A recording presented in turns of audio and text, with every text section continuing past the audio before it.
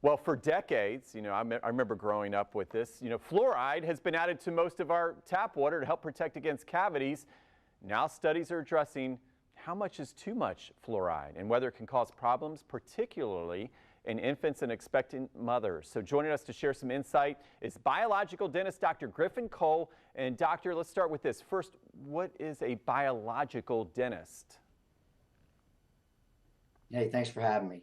Yeah, so, we practice like functional medicine doctors in that we look at the whole person and not just their mouth. So we look for like the underlying causes of their symptoms and work to achieve health that way, not just filling a cavity, but why are they getting decay? Why are they getting infection? So it's more of whole body care.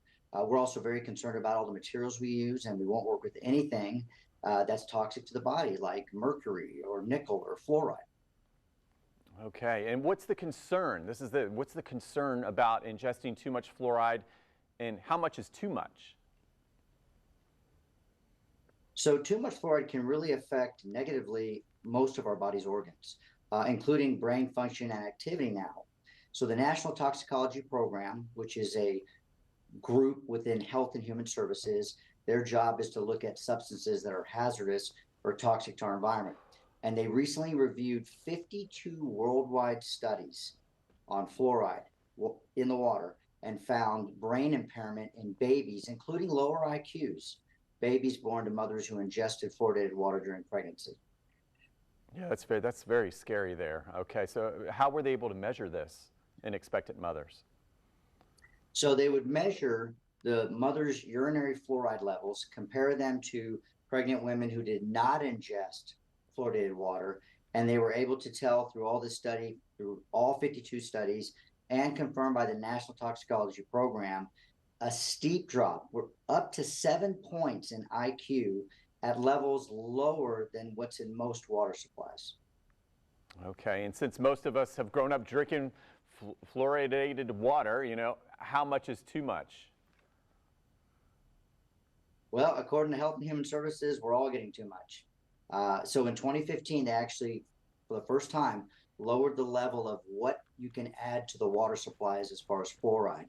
And the reason why they did this was every 2 out of 5 kids was getting fluorosis. It's the white mottling on their teeth, which is a really high amount. In fact, it's even higher than that now.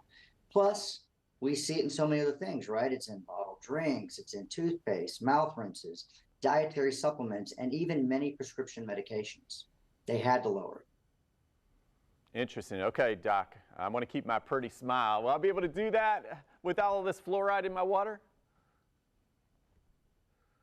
You don't need it at all. Really just a good diet, right? Sound principles, a good sound diet, low in sugar, high in vegetables, high in good fats, ample protein, and good home care. The average person brushes for about 17 seconds.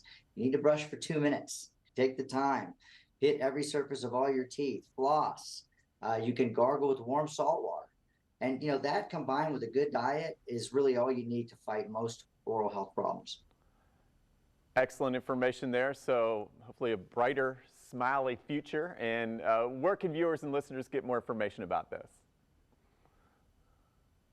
So they can go to the International Academy of Oral Medicine and Toxicology's website, which is IAOMT.org.